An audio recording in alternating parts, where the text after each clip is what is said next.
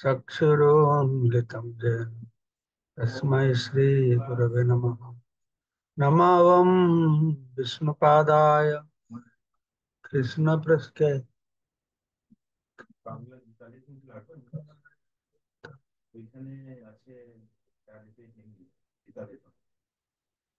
শ্রীমতী ওদের ওখানে আছে, গীতার ওখানে আছে, লেখাপনিতে আছে। नमो विष्णुपादाय कृष्णपृष्ठाय भूतले श्रीमते भक्तिवेदांत स्वामिने इति नामिने।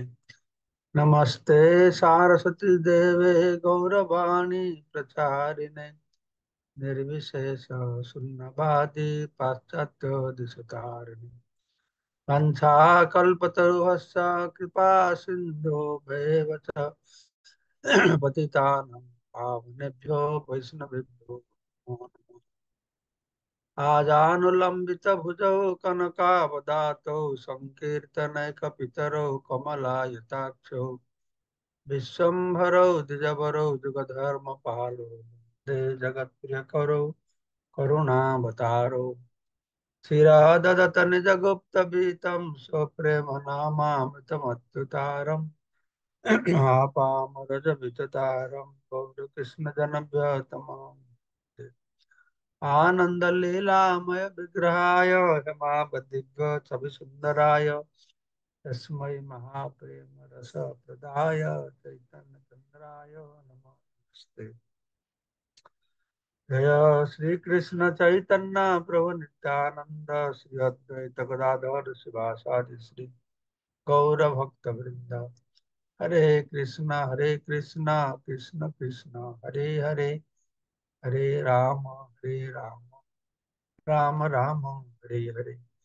मुखम करोति वाचालं पंगुलं हयते गिरिं तत्कृपातमहं वन्दे परमानंद माधवम श्री गुरु श्री चैतन्य ईश्वरम। नमो विष्णुपादाय कृष्णपृष्ठाय भूतले श्रीमते। তো আমরা আমরা শ্রবণ করেছি চৈতন্য চরিতামৃত আদিলীলা সপ্তম পরিচ্ছেদ। তো মায়াবাদী সন্ন্যাসীরা প্রকাশানন্দ সরস্বতী মহাপ্রভুকে জিজ্ঞাসা করছেন যে তুমি কেন বেদান্ত পাঠ পাঠ করছো না, কৃষ্ণ ভক্তি করছো ভালো, বেদান্ত কেন পাঠ করছো না। মহাপ্রভু বলছেন, হাসছেন আর বলছেন তোমরা যদি কোনো মনের দুঃখ না পাও তাহলে আমি তোমাদেরকে বলবো। কালকে আমরা এই শ্লোকের তাৎপর্যের প্রথম পরিচ্ছেদ পাঠ করেছিলাম। তাতে আমরা শুনেছিলাম যে মায়াবাদী সন্ন্যাসীরা শ্রী চৈতন্য মহাপ্রভুকে সমর্থন করে জিজ্ঞাসা করলেন কেন তিনি বেদান্ত দর্শন আলোচনা করেন না। প্রকৃতপক্ষে বৈষ্ণব আচরণই বেদান্ত দর্শনের ভিত্তিতে প্রতিষ্ঠিত। বৈষ্ণবরা কখনো বেদান্তের অবমাননা করেন না, তবে তারা শারীরিক ভাষ্যের ভিত্তিতে বেদান্ত হৃদয়ঙ্গম করতে চায় না। এটা মনে রাখতে হবে। বেদান্ত তারা মানে, কিন্তু শারীরিক ভাষ্যকে তারা মানে না। তাই সেই সংশয় দূর করার জন্য শ্রী চৈতন্য মহাপ্রভু মায়াবাদী সন্ন্যাসীদের অনুমতি নিয়ে তাদের বেদান্ত দর্শন সম্বন্ধে কিছু বলতে চাইছিলেন। তো মায়াবাদী সন্ন্যাসীরা বলছে বেদান্ত কি মানে না, বেদান্ত কেন পড়ছে না। বলে বেদান্ত ঠিক আছে, তো তোমাদের ভাষ্যটা ঠিক নাই, সেজন্য আগে থেকে বলে তোমাকে দুঃখ পাবে না, এই সম্পর্কে আমি কিছু বলতে যাচ্ছি। তো বৈষ্ণবরা হচ্ছেন পৃথিবীর সর্বশ্রেষ্ঠ দার্শনিক এবং তাদের মধ্যে সর্বশ্রেষ্ঠ হচ্ছেন শ্রীল জীব গোস্বামী, যার দর্শন ছিল ভক্তি সিদ্ধান্ত সরস্বতী ঠাকুরের দ্বারা 400 বছর পর আবার প্রতিষ্ঠিত হয়েছে। শ্রীল জীব গোস্বামী দার্শনিক দিকে খুব দক্ষ ছিলেন। তার শট সন্দর্ভিত গ্রন্থের মাধ্যমে আমরা এটা বুঝতে পারি। শ্রীল জীব গোস্বামী তার লেখা, উন্নত লেখা, সেটা সমাজে ততটা ভালোভাবে প্রচার প্রসার হয় না, লোকেরা বুঝতে পারে না, এখনো বুঝতে পারবে না। কিন্তু শিল ভক্তিচন্দ্র ঠাকুর প্রভুপাদ সেই শিক্ষাকে আবার প্রতিষ্ঠিত করেছে। তাই সকলেরই খুব ভালো করে জেনে রাখা উচিত যে বৈষ্ণব দার্শনিকেরা ভাবুক নয়, বা অথবা সহজের মতন সস্তা ভক্ত নন। ওরা ভাবুক নয় বা সহজে সস্তা ভক্ত নয়। সমস্ত বৈষ্ণব আচার্যরা ছিলেন মহান পণ্ডিত, পূর্ণরূপে বেদান্তকর্তা। কেননা বেদান্ত দর্শন না জানলে আচার্য হওয়া যায় না। আচার্য হতে হলে বেদান্ত জানতে হবে। তো আমাদের গৌড়ীয় বৈষ্ণব আচার্যরা বেদান্ত সম্পর্কিত পূর্ণ জ্ঞান ছিল। বেদের অনুগামী ভারতীয় পারমার্থবাদীদের মধ্যে আচার্য রূপে স্বীকৃতি লাভ করতে হলে তাকে অবশ্যই পাঠ করার মাধ্যমে অথবা শ্রবণ করার মাধ্যমে বেদান্ত দর্শনে গভীর পাণ্ডিত্য অর্জন করতে হয়। সেই জন্য বলদেব বিদ্যাভূষণ আমাদের তো ভাষ্য নাই, আমাদের সম্প্রদায় বলে গ্রহণ করতে চাইলো না। সেই জন্য বলদেব বিদ্যাভূষণ জয়পুরে গোবিন্দ দেবের কাছে গিয়ে আহ, তার কৃপা প্রাপ্ত হয় এই গোবিন্দ ভাষ্য রচনা করলেন। তো আচার্য হতে হলে এটা একটা সাধারণ জিনিস, বেদান্ত ভাষ্য, বেদান্তের ভালো জ্ঞান থাকা দরকার। বেদান্ত দর্শনের অনুসরণের ফলে ভক্তির বিকাশ হয়, সে কথা ভাগবত বর্ণনা করা হয়েছে। তৎশ্রদ্ধানাং মুনয়, এক এক প্রথম স্কন্ধ 2য় অধ্যায় 12 নম্বর শ্লোক বলা আছে, তৎশ্রদ্ধানাং মুনয় জ্ঞান বৈরাগ্য যুক্তয়া পশ্যন্তি আত্মনি স আত্মানং ভক্ত্যা শ্রুত গৃহীতয়া। এই শ্লোকে ভক্ত্যা শ্রুত গৃহীতয়া এই শব্দটি অত্যন্ত গুরুত্বপূর্ণ। কেননা তাতে বোঝানো হয়েছে যে ভগবত ভক্তি উপনিষদ বেদান্ত দর্শনের ভিত্তির উপর প্রতিষ্ঠিত। ভক্ত্যা শ্রুত গৃহীতয়া, শ্রী রূপ গোস্বামী বলেছেন যে শ্রুতি স্মৃতি পুরাণাদি পঞ্চরাত্র বিধিঙ্গনা ঐকান্তিক হরির ভক্তি উৎপাত এব কল্পতে। ঐকান্তিক হরির ভক্তি উৎপাত এব কল্পতে। বেদ পুরাণ, শ্রুতি স্মৃতি, শ্রুতি হচ্ছে বেদ আর স্মৃতি হচ্ছে শ্রুতি স্মৃতি, আর পুরাণ পঞ্চরাত্র, এগুলো সব বিধি ছাড়া যে ভক্তি হয় তা ভাবুকতা ছাড়া আর কিছু নাই। এগুলো সমাজে উৎপাত সৃষ্টি করছে। বিভিন্ন স্তরের বৈষ্ণব রয়েছেন, কনিষ্ঠ অধিকারী, মধ্যম অধিকারী, উত্তম অধিকারী। মধ্যম অধিকারী প্রচারক হতে হলে বেদান্ত সূত্র ও অন্যান্য শাস্ত্রে যথেষ্ট পারদর্শী হতে হয়। কারণ বেদান্ত দর্শনের ভিত্তিতে যখন ভক্তিযোগের বিকাশ হয় তখন তা অকৃত্রিম ও দৃঢ় হয়। এই সম্পর্কে উপরোক্ত শ্লোকটি অনুবাদ ও তাৎপর্য উল্লেখ করা আছে। এই শ্রুতি স্মৃতি অনুবাদ করা আছে, তা প্রথম স্কন্ধ 2য় অধ্যায় 12 নম্বর শ্লোক। বলা আছে, অপ্রাকৃত বস্তুতে সুদৃঢ় ও নিশ্চয় বিশ্বাসযুক্ত মণিগণ জ্ঞান ও বৈরাগ্য যুক্ত হয় শাস্ত্র শ্রবণ জনিত উপলব্ধি অনুসারে ভগবান প্রতি প্রেমময় সেবায় দ্বারা তাদের শুদ্ধ হৃদয়ে পরমাত্মা রূপে সেই তত্ত্ববস্তুকে দর্শন করেন। এখানে বলা আছে ভাগবতে বসুদেবে ভাগবতে ভক্তিযোগ প্রয়োজতি জনয়তি আশু বৈরাগ্যম জ্ঞানম চ যৎ অহেতুকম। বাসুদেবে ভগবতী ভক্তিযোগ প্রয়োজিত। বাসুদেব পরমেশ্বর ভগবানের প্রতি ভক্তিযুক্ত সেবার মাধ্যমেই পরম তত্ত্বকে জানা যায়। বাসুদেব ভগবতী ভক্তিযোগ জনয়তি আশু বৈরাগ্যম জ্ঞানম চ যৎ। সেই বাসুদেব হচ্ছেন পরম তত্ত্ব। হ্যাঁ, ব্রহ্ম হচ্ছে তার দেহ বিচ্ছুরিত রশ্মি ছটা, পরমাত্মা হচ্ছেন তার আংশিক প্রকাশ। তাই ব্রহ্ম উপলব্ধি অথবা পরমাত্মা উপলব্ধি হচ্ছে পরতত্ত্বের আংশিক উপলব্ধি। 4 শ্রেণীর মানুষ রয়েছেন, কর্মী, জ্ঞানী, যোগী, ভক্ত। কর্মীরা আছেন জড়বাদী, অন্য 3 শ্রেণীর মানুষেরা আছেন আধ্যাত্মিকবাদী। তাদের মধ্যে সর্বশ্রেষ্ঠ আধ্যাত্মিকবাদী হচ্ছেন ভগবত ভক্তবৃন্দ, যারা পরমেশ্বর ভগবানকে উপলব্ধি করতে পেরেছেন। ব্রহ্মেতি পরমাত্মাতি ভগবান শব্দতে, আমাদের ব্রহ্ম পরমাত্মা ভগবান যোগীরা একই পরতত্ত্বকে তিন রূপে উপাসনা করে। আর কর্মীরা তারা কর্মকাণ্ড করে এই স্বর্গলোকে যাওয়ার জন্য প্রচেষ্টা করে। সেই জন্য কর্মকাণ্ডীদের যে ব্যাপার সেটা হচ্ছে জড়। জড় তাদের জড়বাদী বলা হলো। তো জ্ঞানী যোগী আধ্যাত্মিকবাদী কেন বলা হলো?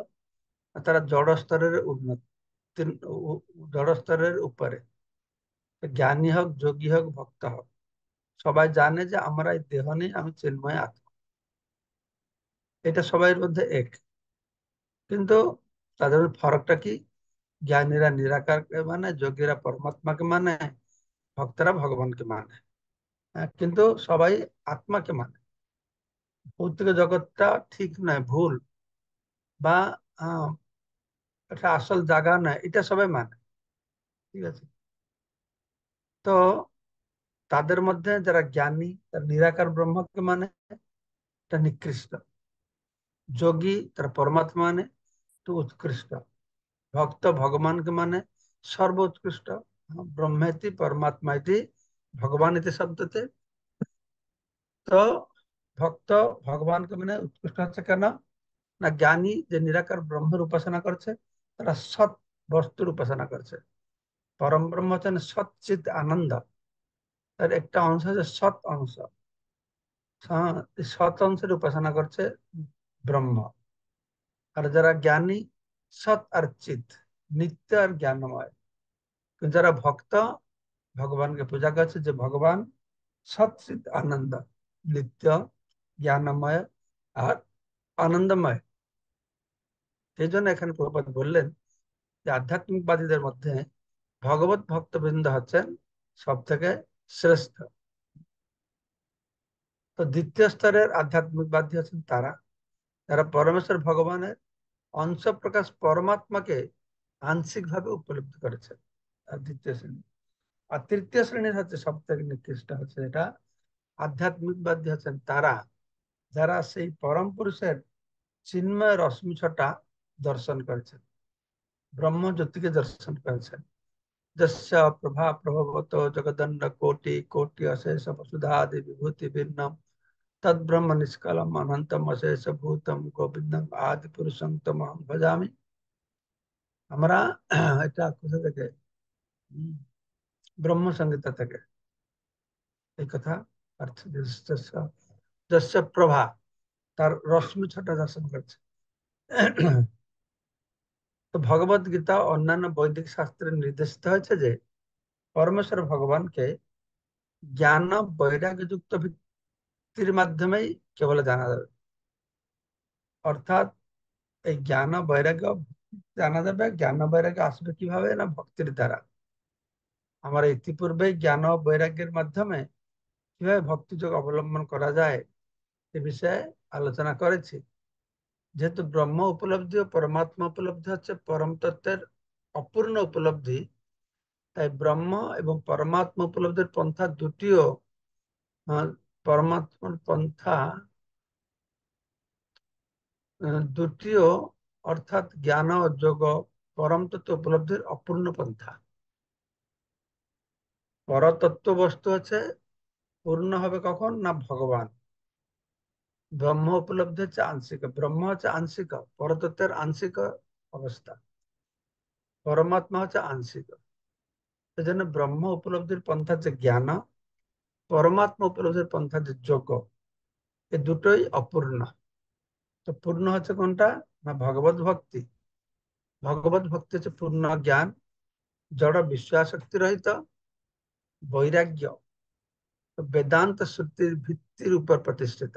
ভগবত ভক্তি, হ্যাঁ, ব্যাপার হচ্ছে জ্ঞানী আর যোগী জড় বিশ্বকে পরিত্যাগ করেছে, যাকে ধরেছে সেটা সম্পূর্ণ নয়। কেউ নিরাকার ব্রহ্মকে ধরেছে, কেউ পরমাত্মাকে ধরেছে। তো এটা পূর্ণতা প্রাপ্তি হচ্ছে না। তো কিন্তু যারা ভগবানের ভক্ত হয়েছে তারা বিশ্বকে পরিত্যাগ করে ভগবানকে ধরতে পেরেছে আর ভগবানকে বুঝতে পেরেছে। সেটা কিভাবে হয়েছে? না না, বেদান্ত সূত্রের শিক্ষা, বেদান্ত দর্শনের শিক্ষার ভিত্তিতে হয়েছে। এই পূর্ণাঙ্গ পন্থাটির মাধ্যমেই কেবল ঐকান্তিক ভাবে অনুসন্ধিৎসু মানুষেরা পরম তত্ত্বকে উপলব্ধি করতে পারেন। তাই ভগবত ভক্তির পন্থা অল্প বুদ্ধি সম্পন্ন আধ্যাত্মিক বাদীদের জন্য নয়। তারা বলে ভক্তি কারা করবে? হ্যাঁ, যারা পারে না, জ্ঞান পারে না, আর যোগ পারে না, উম, তাদের জন্য ভক্তি দেওয়া হয়েছে, যারা নিকৃষ্ট লোকেদের জন্য। কিন্তু তারা বুঝে না যে ভগবান নিকৃষ্ট লোকেদেরকে বেশি কৃপা করে। তারা যেহেতু জ্ঞানী, যোগ উৎকৃষ্ট, তাই তারা ভগবানকে ততটা বুঝতে পারে না। নিরাকার ব্রহ্ম পরমাত্মাকে নিয়ে পড়ে থাকে। তো সেই জন্য ভক্ত অল্প বুদ্ধি সম্পন্ন নয়, যে ভজে সে বড় চতুর, বরঞ্চ সে চালাক, খুব বুদ্ধিমান আছে। হ্যাঁ, ঐকান্তিক ভক্তি ভাবে অনুসন্ধী মানুষেরা পরম তত্ত্বকে তারা উপলব্ধি করতে পারবে। কিসের দ্বারা? এই ভক্তির দ্বারা। তো তিন রকমের ভক্ত হয়েছে দেখুন: ভক্তি, জ্ঞানী, যোগী, ভক্ত, হ্যাঁ কর্মী। কর্মকাণ্ডটা একটা হয়ে গেল জড়বাদী, জ্ঞানী, যোগী, ভক্ত হলো আধ্যাত্মিকবাদী। এই তিন আধ্যাত্মিকবাদীর মধ্যে ভক্ত হলো শ্রেষ্ঠ। আর ভক্ত আবার তিন প্রকারের আছে: উত্তম অধিকারী, অধম অধিকারী, মধ্যম অধিকারী, আর কনিষ্ঠ অধিকারী। হ্যাঁ, তো কনিষ্ঠ অধিকারী ভক্ত কারা? তারা যাদের যথার্থ জ্ঞান নেই, জড় বিষয়ের প্রতি বৈরাগ্য যুক্ত নয়, তারা মন্দিরে ভগবানের পূজার প্রতি আকৃষ্ট হয়েছে, তারা, তাদেরকে বলা হচ্ছে কি না, কনিষ্ঠ অধিকারী।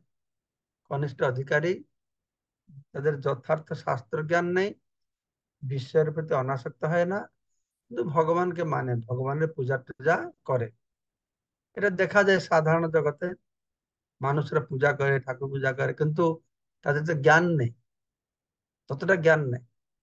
আর বিশ্বের প্রতি আসক্ত আছে, ঘর বাড়ি পুত্র পরিজন প্রতি আসক্ত আছে। ধার ঘরে পূজা পাঠ করে, সকাল সন্ধ্যায় পূজা পাঠ করে। তো তাদেরকে বলা হলো কি না, কনিষ্ঠ ভক্ত। তাদেরকে বলা হয় প্রাকৃত ভক্ত। প্রাকৃত ভক্ত, প্রাকৃত ভক্ত তারা কি করে? প্রাকৃত ভক্তরা, তারা কনিষ্ঠ ভক্তরা, তারা ভগবানকে মানে, আবার ভক্তকে মানে না এতটা। তো প্রাকৃত ভক্তরা পারমার্থিক উন্নতির থেকে জড় বিশ্ব লোভের প্রতি বেশি আসক্ত। তারা ভগবানকে মানে, পারমার্থিক উন্নতির জন্য ভগবানকে মানে না। তারা কি করে? ভৌতিক উন্নতির জন্য তারা ভগবানকে বেশি ভালোবাসে। তাই এই প্রাকৃত ভক্তের স্তর থেকে মধ্যম অধিকারী ভক্তের স্তরে উন্নীত হওয়ার জন্য একজন ভক্তকে সর্বতভাবে চেষ্টা করতে হবে। আমরা সে উত্তম অধিকারী না হলেও অন্ততপক্ষে মধ্যম অধিকারী হতে হবে। কনিষ্ঠ অধিকারী থেকে মন সন্তোষ থাকলে হবে না। ও আমি তো পূজা করছি, আমরা নিজে কর্তব্য কর্ম করছি, ঘর বাড়ি দেখছি, সকালে একটু পূজা করেছি, সন্ধ্যা একটা পূজা করছি। আমাদের সংকীর্তন ভক্তরা বলতো, তারা ইনসেন্স, ধূপকাঠিকে ইনসেন্স বলে। সকালে দুটো ইনসেন্স, সন্ধ্যায় দুটো ইনসেন্স, সারাদিন করো ননসেন্স। এটা হচ্ছে এদের কাজ, কিন্তু সেটা হবে না। আমাদের অন্ততপক্ষে মধ্যম অধিকার স্তরে উন্নীত হওয়ার জন্য আমাদের কি করতে হবে? চেষ্টা করতে হবে। আর মধ্যম অধিকার অধিকারী স্তরে ভক্ত ভক্তি মার্গের চারটি তত্ত্ব দর্শন, হ্যাঁ, দর্শন করতে পারে। চারটি তত্ত্ব কি দর্শন করে? না, পরমেশ্বর ভগবান, ভগবানের ভক্ত, ভগবান সম্বন্ধে অনভিজ্ঞ মানুষ, ভগবত বিদ্বেষী। হ্যাঁ, এইটা আমরা আগে আলোচনা করেছি। কিভাবে? কনিষ্ঠ ভক্ত তারা ভগবানকে মানে, ভক্তকে মানে না। উত্তম ভক্ত তারা সবাইকে সমান রূপে দেখে, ছোট নিচে মনে করে।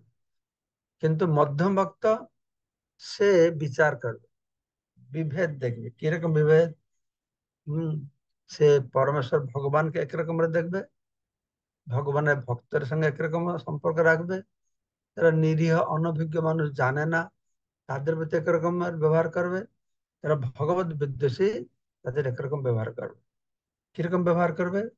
না, তারা প্রেম, মৈত্রী, কৃপা, উপেক্ষা, এই চারটা মনে রাখবে। আমাদের বলা হলো ভগবান ভক্ত আর অনভিজ্ঞ মানুষ ভগবত বিদ্বেষী, চার রকম হলো। চার রকম এদেরকে চার প্রকার আলাদা আলাদা ব্যবহার করবে। ভগবান সঙ্গে মৈত্রী, আহ, না ভগবান সঙ্গে প্রেম, প্রেম, মৈত্রী, কৃপা, উপেক্ষা, চারটে শব্দ মনে রাখবেন। তো ভগবান সঙ্গে প্রেম, ভক্তের সঙ্গে মৈত্রী এবং উম, প্রেম, মৈত্রী, কৃপা। কার প্রতি কৃপা করবে? যারা সা- ভক্তি শাস্ত্র জানে না, তারা কিন্তু তারা ভগবত বিদ্বেষী নয়, তারা নিরীহ মানুষ, এদিকে নেই কি ওদিকে নেই, তাদের প্রতি কৃপা করতে হবে, তাদেরকে প্রচার করতে হবে, তাহলে কাজে লাগবে। আর যদি ভগবত বিদ্বেষী হয়, বাস, তাকে উপেক্ষা করবে। ভগবত বিদ্বেষীদের সে উপেক্ষা করবে। তো এই হচ্ছে ভক্তি মার্গে চারটি তত্ত্ব তারা দর্শন করে। পরম তত্ত্বকে জানবার যোগ্যতা অর্জন করার জন্য ভক্তকে অন্তত মধ্যম অধিকারী স্তরে উন্নীত হতে হবে। কনিষ্ঠ অধিকারী ভক্তরা পরম ব্রহ্মকে জানতে পারবে না। পরম ব্রহ্ম জানতে হলে মধ্যম অধিকারী হতে হবে। কনিষ্ঠ অধিকারী আমরা জানলাম, তারা ভগবানকে মানে, ভক্তকে মানে, তারা ভগবানের উপাসনা করে কিন্তু জড় বিশ্বের প্রতি আসক্ত থাকে। এরকম কয়টা ক্রাইটেরিয়া আমরা দেখলাম। সেই রকম যারা মধ্যম অধিকারী, তাদের ক্রাইটেরিয়া হলো প্রেম, মৈত্রী, কৃপা, উপেক্ষা। তো এই পরম তত্ত্বকে জানার যোগ্যতা অর্জন করার জন্য ভক্তকে অন্তত এই মধ্যম অধিকারী স্তরে আসতে হবে। শাস্ত্র জ্ঞান থাকতে হবে, মধ্যম অধিকারী স্তরে আসতে হবে। সেই জন্য কনিষ্ঠ অধিকারী ভক্তকে ভগবত ভক্তি সম্বন্ধে ভাগবতের প্রামাণিক সূত্র থেকে নির্দেশ গ্রহণ করতে হবে। যে কনিষ্ঠ ভক্ত, সে যে মধ্যম অধিকারতে আসতে হবে, তো প্রথমটা কি করতে হবে? না শ্রীমদ ভাগবত উপরে পূর্ণ বিশ্বাস ভরসা রেখে ভাগবত পাঠ করতে হবে। ঠিক অথরিটি দ্বারা ভাগবতে নির্ভুল নির্ভেজাল। ঠিক আছে? তো প্রথম শ্রেণীর ভাগবত হচ্ছেন ভগবানের শুদ্ধ ভক্ত, এবং অন্য ভাগবত হচ্ছেন ভগবানের বাণী। তো দুই প্রকার ভাগবত আছে, ব্যক্তি ভাগবত আর গ্রন্থ ভাগবত। গ্রন্থ ভাগবতে ভগবানের বাণী দেওয়া হয়েছে, তাই সে এক রকমের ভাগবত। ব্যক্তি ভাগবতে যে ভগবানের বাণী প্রচার করেন, বলেন, তিনি হচ্ছেন ব্যক্তি ভাগবত। তো কনিষ্ঠ অধিকারী ভক্তকে এই ভগবত ভক্তি সম্বন্ধে জানবার জন্য ব্যক্তি ভাগবতের শরণাগত হয়। কনিষ্ঠ অধিকারী ভক্তকে তাই ভগবত ভক্তি সম্বন্ধে জানতে হলে সে ভাগবতের শরণাপন্ন হতে হবে, ভাগবত অধ্যয়ন করতে হবে। কেননা ভাগবত হচ্ছে, বেদ অধ্যয়ন করতে হবে না, বেদান্ত অধ্যয়ন করতে হবে না, শুধু ভাগবত অধ্যয়ন করতে হবে। হ্যাঁ, কেননা এই ভাগবত হচ্ছে বেদান্ত সূত্রের ভিত্তিতে প্রণয়ন করা হয়েছে। বেদান্ত সূত্রে প্রথম বলা হলো অথাত ব্রহ্ম জিজ্ঞাসা, এরপরে ব্রহ্ম জিজ্ঞাসা করতে হবে। তো সেটা ব্রহ্মকে না জন্মাদেশে যেতে হয়, যার কাছ থেকে সব ব্রহ্মাণ্ড সৃষ্টি হয়েছে। তো বেদান্ত সূত্রে এই শ্লোক ধরে ভাগবত শুরু হলো। জন্মাদেশ যত অন্যায় ইতরত স্বার্থে অভিজ্ঞ স্বরাট। সেজন্য ভাগবত অধ্যয়ন করতে হবে। যে কনিষ্ঠ অধিকারী আছে, তারা যে মধ্যম অধিকারী আসতে চায়, তাহলে ভাগবত শ্রবণ করতে হবে। এই ধরনের ব্যক্তি ভাগবত ভাগবতের পেশাদারি পাঠক নয়। এই যে ব্যক্তি ভাগবত, এই ব্যক্তি ভাগবত যারা পেশাদারি ভাগবত পাঠক, তাদের কথা বলা আছে। যারা তাদের জীবিকা নির্বাহের জন্য ভাগবত পাঠ করে অর্থ উপার্জন করে, এই প্রকার ব্যক্তি ভাগবতকে অবশ্যই ছিল সত্য গোস্বামীর মতন সুখদেব গোস্বামীর প্রতিনিধি হতে হবে, এবং অবশ্যই জনসাধারণের সর্বাঙ্গীন মঙ্গলের জন্য ভগবত ভক্তির মাহাত্ম্য প্রচার করতে হবে। তো যারা ভাগবত পাঠক আছে, 5,000 10,000 টাকা নেবে, তো সেই রকম ভাগবত পাঠকদের কাছ থেকে শ্রবণ করলে হবে না। ভক্তিদেব বলে দিয়েছেন, যারা টাকা নিয়ে ভাগবত পাঠ করে, তাদের জিহ্বা থেকে যে বাণী বেরোবে, তার মধ্যে আমি নেই। তা আমাদের সমাজে এরকম আছে, বহু প্রচলিত আছে। যারা নাম করতে ভালোবাসে, ভাগবত শুনতে ভালোবাসে, তো তারা কি করে না টাকা দিয়ে ভাগবত পাঠক নিয়ে আসে। 1 ঘন্টা ক্লাস দিলে অত টাকা লাগবে, 1 ঘন্টা কীর্তন করলে অত টাকা লাগবে, কিন্তু ভক্তি দেবী তার মধ্যে নেই। তো এই প্রকারের যে ভাগবত, অবশ্যই ছিল সুত গোস্বামীর মতো মতো সুখদেব গোস্বামী প্রতিনিধি হতে এই প্রকার ব্যক্তি ভাগবতকে, হুম, যারা মানে যথার্থ ভাগবত ব্যক্তি ভাগবত, এটা তো হচ্ছে আহ এই তার কুল বংশ পরম্পরা কম যারা এসে তারা টাকা পয়সা ইনকামের জন্য একটা ভাগবত পাঠ করছে। আরো হচ্ছে ব্যক্তি ভাগবত, শ্রীল সুত গোস্বামীর মতন সুখদেব গোস্বামী প্রতিনিধি হতে পারে। শ্রীল সুত গোস্বামী যখন সুখদেব গোস্বামী ভাগবত পাঠ করছিলেন এক কথায়, প্রভু যে আমাদের পরীক্ষিত মহারাজ অপ্রকটের সময় পাঠ করছিলেন, তখন সুত গোস্বামী শ্রবণ করেছিলেন। তো সেই জন্য যে ভালো শ্রবণ করবে সে ভালোই বক্তা হবে, যত ভালো শ্রবণ করতে পারবে ভালো বক্তা হতে পারবে। এই জন্য সুত গোস্বামীর আরেকটি নাম ছিল উগ্রশ্রবা। উগ্রশ্রবা মানে খুব উগ্র হয়ে শ্রবণ করে। তার পিতার নাম ছিল কি, হ্যাঁ, তার পিতার নাম যেরকম তিনি ভালোভাবে শুনতে পারতেন, তিনি সেরকম ভালোভাবে বলতে পারতেন। তো এই সুত গোস্বামী ভালো শুনতে পারতেন বলে তার নাম ছিল উগ্রশ্রবা। তো সেই যথার্থ প্রতিনিধিত্ব করতে পারবেন, ভগবত মাহাত্ম্য প্রচার করতে পারবেন জনসাধারণের কল্যাণের জন্য। কনিষ্ঠ ভক্তের নির্ভরযোগ্য প্রামাণিক সূত্র থেকে ভাগবত কথা শ্রবণে কোনো রুচি নেই বললেই চলে। কনিষ্ঠ ভক্তের এসব কথা শুনে না বেশি। তাই কনিষ্ঠ ভক্তের ভাগবত কথা শুনতে হবে যথার্থ ভক্তের কাছ থেকে। কনিষ্ঠ ভক্ত ইন্দ্রিয় তর্পণের জন্য পেশাদারী ভাগবত পাঠকের কাছে পাঠ শোনার অভিনয় করে। আমরা দেখেছি সাধারণ মানুষ তারা কনিষ্ঠ অধিকারী, তাই এই পেশাদারী ভাগবত পাঠক আছে। বৃন্দাবনে এরকম অনেকে আছে, নবদ্বীপে অনেকে আছে। হুম, তাদের বৃত্তি হচ্ছে ভাগবত পাঠ করা। আর সেই জন্য তারা বেশি, এই ভাগবত পাঠকেরা বেশি কি করে, দশম স্কন্ধ সেই রাসলীলা সম্পর্কে বেশি বলে। তো সেটা লোকেদের ভালো লাগে। তো কিন্তু তাদের এই ধরনের কলুষযুক্ত শ্রবণ ও কীর্তনের ফলে সর্বনাশ হয়। তাই এই ভ্রান্ত পন্থা সম্বন্ধে সকলকে খুব সতর্ক থাকতে হবে। ভাগবত 7 দিন ভাগবত সপ্তাহ করছে, যার কাছে শ্রবণ করছে সে কতটা শুদ্ধ সেটা তো আমাদের জানা নেই। তো ভগবত গীতা শ্রীমদ ভাগবতে বারংবার বর্ণিত ভগবানের পবিত্র বাণী নিঃসন্দেহে অপ্রাকৃত বিষয়বস্তু, কিন্তু তা হলেও তা পেশাদারী মানুষদের কাছ থেকে শ্রবণ করা যায় না। সর্পচেষ্ট যথা পয়ম, ঠিক যেভাবে সর্পের জুহার স্পর্শে দুগ্ধ ভালো পুষ্টিকর খাদ্য হলেও যদি সর্প মুখ সৃষ্ট হয়ে গেল তাহলে কি হবে, তার সঙ্গে সঙ্গে বিষে পরিণত হয়ে যায়। ঠিক সেরকম ভাগবত কথা চিন্ময় দিব্য বস্তু হলেও, সবাইকে উদ্ধার করার মতো শক্তি তার মধ্যে থাকলেও, যেহেতু এই পেশাদারী পাঠকদের মুখের সংস্পর্শে যখন আসে সেটা বেকার হয়ে যায়। ঠিক তেমন এই পেশাদারী পাঠকদের মুখ থেকে শ্রীমদ ভাগবত শ্রবণ করলে তার ফল বিষবৎ হয়ে যায়, বিষের মতন হয়ে যাবে। তাই পেশাদারী ভাগবত পাঠকদের কাছ থেকে আমরা শুনতে পারি না।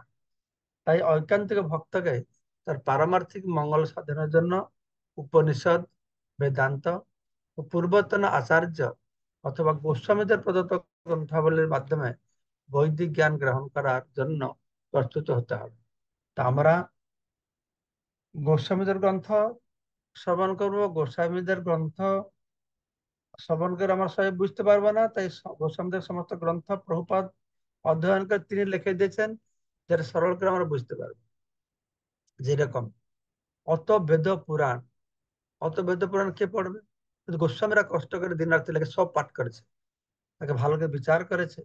না না শাস্ত্র বিচারণৈক নিপুণ সদ্ধর্ম সংস্থাপক, তারা সংস্থাপক, তারা সমস্ত শাস্ত্র বিচার করে গোস্বামীদের গ্রন্থ হয়েছে। সে গোস্বামীদের গ্রন্থ যে আমরা ডাইরেক্টলি পড়ি, আমরা না বুঝতে পারি। তো সে প্রভুপাদ 12 বছর বৃন্দাবন অবস্থান করে সমস্ত গোস্বামীদের গ্রন্থ অধ্যয়ন করে, আমরা যেরকম বুঝতে পারবো সেরকম তার গ্রন্থে তিনি প্রকাশ করেছেন। এই সমস্ত গ্রন্থাবলী শ্রবণ না করলে কেউ যথার্থ উন্নতি সাধন করতে পারে না। আর শ্রবণ ও অনুশীলন না করলে কেবল লোক দেখানো ভক্তি অর্থহীন হয়ে পড়ে। তো তা ভক্তির পথে উৎপাত সৃষ্টি করে, উৎপাত ইব কল্পতে। আমরা যদি শ্রবণ না করি, আর শ্রবণ করলে হবে না, এটা শ্রবণ করতে অনুশীলন করতে হবে। হ্যাঁ, বলা হচ্ছে শতাং প্রসঙ্গানম অবৃদ্ধ সম্বিত ভবন্তি হৃতিকর্ণ রসায়ন কথা তৎ যোশনাথ আশু অপবর্গবত। মানে ভাগবত কথা শ্রবণ করতে হবে, 1 নম্বর। 2 নম্বর হচ্ছে ভাগবত কথা কার কাছ থেকে শ্রবণ করতে হবে? না, শতাং প্রসঙ্গান, শুদ্ধ ভক্তদের কাছ থেকে শ্রবণ করতে হবে। আর তৃতীয়টা কি হচ্ছে না, সেটা কি তৎ যোশনাথ, তাকে জীবনে প্রয়োগ করতে হবে, তাকে অভ্যাস করতে হবে, কি করতে হবে, তাহলে সেটা কি হবে, ফল দেবে। তৎ যোশনাথ আশু অপবর্গ বর্তমানে, তখন মুক্তির দরওয়াজা উন্মুক্ত হয়ে যাবে। সেজন্য ভগবত ভক্তি যদি শ্রুতি স্মৃতি পুরাণ অথবা পঞ্চরাত্রাদি প্রামাণিক শাস্ত্রসমূহের উপর ভিত্তি করে প্রতিষ্ঠিত না হয়, তাহলে লোক দেখানো ভক্তি তৎক্ষণাৎ বর্জন করতে হবে। যে কোনো ভক্তি আমরা করব, শাস্ত্র ভিত্তিতে ভক্তি করব, শাস্ত্র ভিত্তিতে ধর্ম পালন করব, শাস্ত্র ভিত্তিতে ভগবানকে জানবো। তো অনধিকারী মানুষকে কখনো শুদ্ধ ভক্ত বলে মনে করা উচিত নয়। এটা সম্পর্কে আমাদের খুব সতর্ক থাকতে হবে।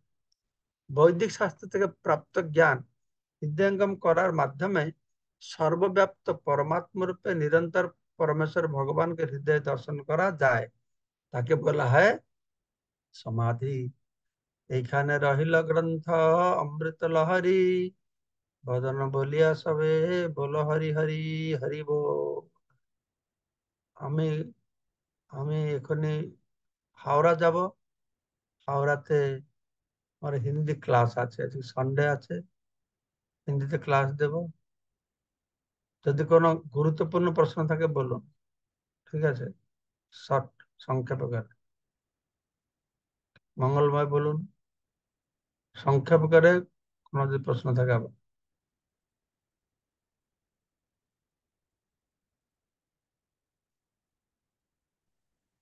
হরে কৃষ্ণ মহারাজ, দণ্ডবত প্রণাম।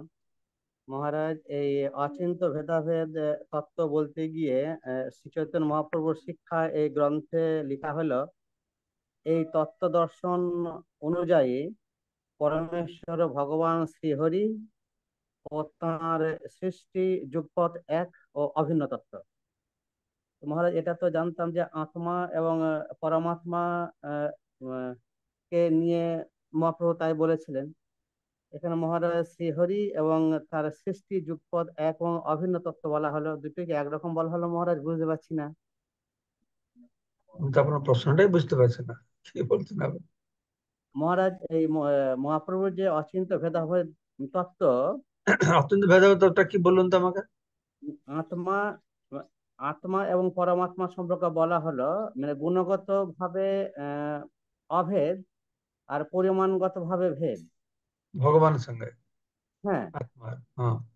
আর এখানে বলা হলো, এই তত্ত্ব দর্শন অনুযায়ী পরমেশ্বর ভগবান শ্রীহরি ও সৃষ্ট তার সৃষ্টি যুগপৎ এক ও অভিন্ন তত্ত্ব। হ্যাঁ, তো ঠিক বলছে তো। এই এক ও এই অভিন্ন, এটা তো ভেদা, অচিন্ত ভেদাভেদ, এক ও অভিন্ন। এক, এক অভিন্ন। এক আর অভিন্ন বলা আছে যে ভগবানকে, ভগবান থেকে ভগবান সৃষ্টিকে আলাদা করা যাবে না। হুম যেরকম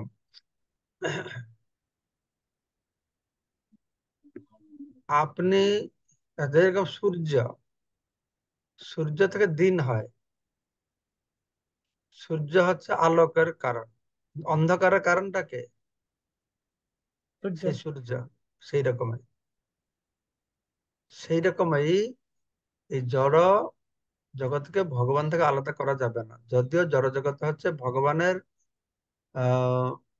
ভিন্ন প্রকৃতি অষ্টধা, সেপারেটেড এনার্জি, কিন্তু ভগবান সঙ্গে যুক্ত। ঠিক আছে। আচ্ছা। আর মহারাজ, আমরা একটা ক্লাসে শ্রবণ করেছিলাম ওই উগ্রশ্রবা সুতোর পিতা হচ্ছে গিয়ে রোমহর্ষণ ঋষি। হ্যাঁ হ্যাঁ, রোমহর্ষণ। হ্যাঁ, হ্যাঁ, প্রণাম, ধন্যবাদ, হরে কৃষ্ণ। রোমহর্ষণ অত সুন্দর পাঠ করতেন, তার পাঠ শুনে রোমাঞ্চ হতো। তার নাম হলো রোমহর্ষণ, আর পুত্রের নাম হলো উগ্রশ্রবা। সে খুব উগ্রভাবে ধ্যান দিয়ে শ্রবণ করতেন। বিদ্যুৎ প্রভু।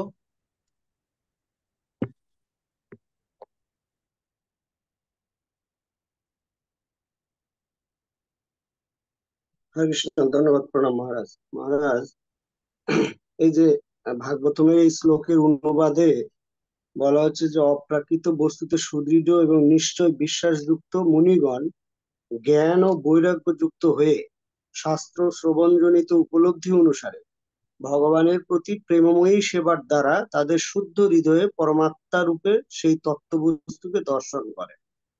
তো প্রেমময়ী সেবার দ্বারা তো সাধারণত আমরা ভক্তি করি ভগবানের। তাহলে এখানে পরমাত্মাকে দর্শন করার কথা বলা হচ্ছে কেন হৃদয়ে? যারা ভক্তি করে তারা হৃদয়ে পরমাত্মা, যারা জ্ঞানীরা শুধু ব্রহ্মকে জানে, যোগীরা শুধু পরমাত্মাকে জানে, কিন্তু ভক্ত নিরাকার ব্রহ্মকে জানে, পরমাত্মাকে জানে, আর ভগবানকেও জানে। সেখানে হুম, বলে দিয়েছে পরমাত্মাকে দর্শন করে, যেহেতু হৃদয়ের মধ্যে ভগবান পরমাত্মা রূপে অবস্থান করেন, তাই বলেছে যে পরমাত্মাকে আচ্ছা দর্শন করেন। আচ্ছা। তো মহারাজ, আর একটা ছোট্ট প্রশ্ন। এখানে কনিষ্ঠ অধিকারী ভক্তের যে বৈশিষ্ট্য বলা হচ্ছে, তারা বৈরাগ্যযুক্ত নয়, জড় বিষয়ের প্রতি আসক্ত, এবং তারা পেশাদারী ভাগবত পাঠকের কাছ থেকে পাঠ শোনার অভিনয় করে, কিন্তু তারা ভগবানের পূজার প্রতি আকৃষ্ট। তো হুম, সমস্ত কিছু বিচার করে আমার তো মনে হচ্ছে যে তাদের মানে ভক্তি বা ভক্ত হওয়ার কোনো গুণ আমি পাচ্ছি না। শুধু ভগবানের প্রতি আকৃষ্ট, কিন্তু বেশিরভাগই তো তাদের ভক্ত হওয়ার মতো কোনো গুণ নেই। তা তারপরেও তাদেরকে ভক্ত বলা হচ্ছে কেন? সেই জন্য তো বলা হচ্ছে, সেজন্য প্রবাদ বলেছেন কনিষ্ঠ স্তরে থাকলে হবে না, অন্তত পক্ষে মধ্যম স্তরে আসতে হবে। তো তাদের কেন ভক্ত বলা হচ্ছে? অন্তত ভগবানকে মানছে, ভগবানকে মানছে। ও আচ্ছা আচ্ছা আচ্ছা। তারা ভক্ত। হ্যাঁ, অসুর হলো যারা, তারা ঠিক। ভগবানকে মানেই না। এরা ভগবানকে মানে, মানে বিশ্বের প্রতি গুরুত্ব দেয়, ভোগের প্রতি গুরুত্ব দেয়, এদের মধ্যে ত্যাগ নেই, এইসব জিনিসের জন্য তারা কনিষ্ঠ হলো। ঠিক আছে, শাস্ত্র জ্ঞান নেই। হ্যাঁ সাধারণ জগতে আমরা দেখি না, তারা সব ভগবানকে মানছে না, সাধারণ লোকেরা ভগবানকে মানছে। হ্যাঁ হ্যাঁ ঠিক আছে? হ্যাঁ, আমাদের সমাজ অনেকে আছে। সবাই ভগবানকে মানে, আর কিন্তু যাদের ভগবানের জ্ঞান নেই, আর এই ঘর সংসার প্রতি আসক্তি রয়েছে, আর তারা পেশাদের কাছ থেকে শুনতেও যায়। ঠিক না? এর জ্বলন্ত দৃষ্টান্ত। হ্যাঁ হ্যাঁ হ্যাঁ, শক্তিমান, ঠিক আছে মহারাজ। হরে কৃষ্ণ, শক্তিমান গুরু ধন্যবাদ, তার প্রণাম মহারাজ। বেরোতে হবে। শক্তিমান গোবিন্দ প্রভু। মহারাজ, দণ্ডবত প্রণাম। মহারাজ, একটা ছোট্ট জিজ্ঞাসা, জানি না উপযুক্ত হবে কিনা।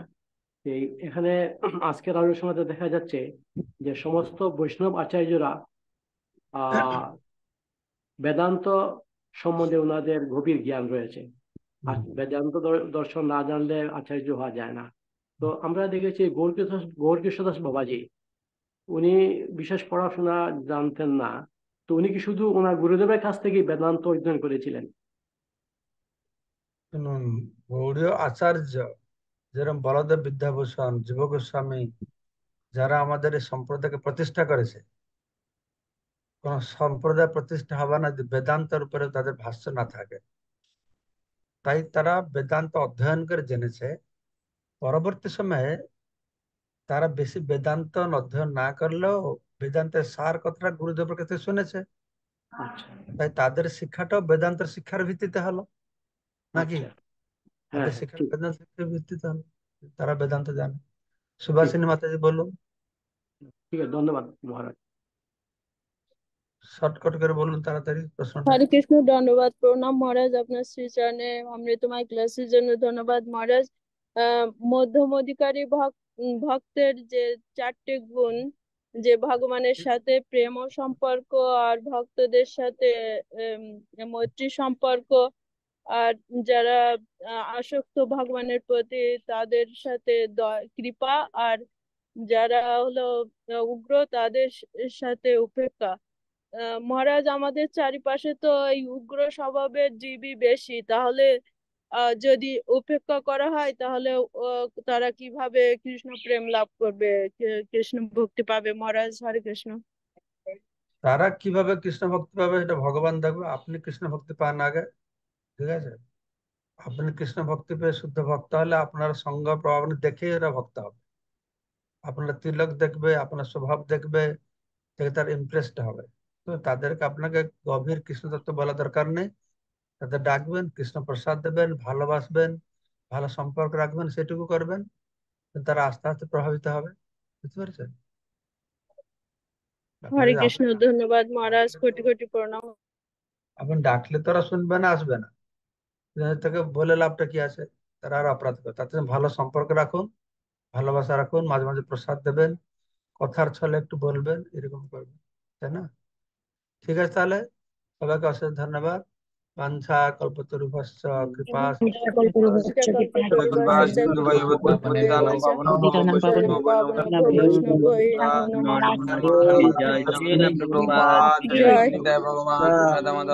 জয়। সমাবেত গৌর ভক্তবৃন্দ কি জয়। জয় জয় শ্রীল প্রভুপাদ। জয়।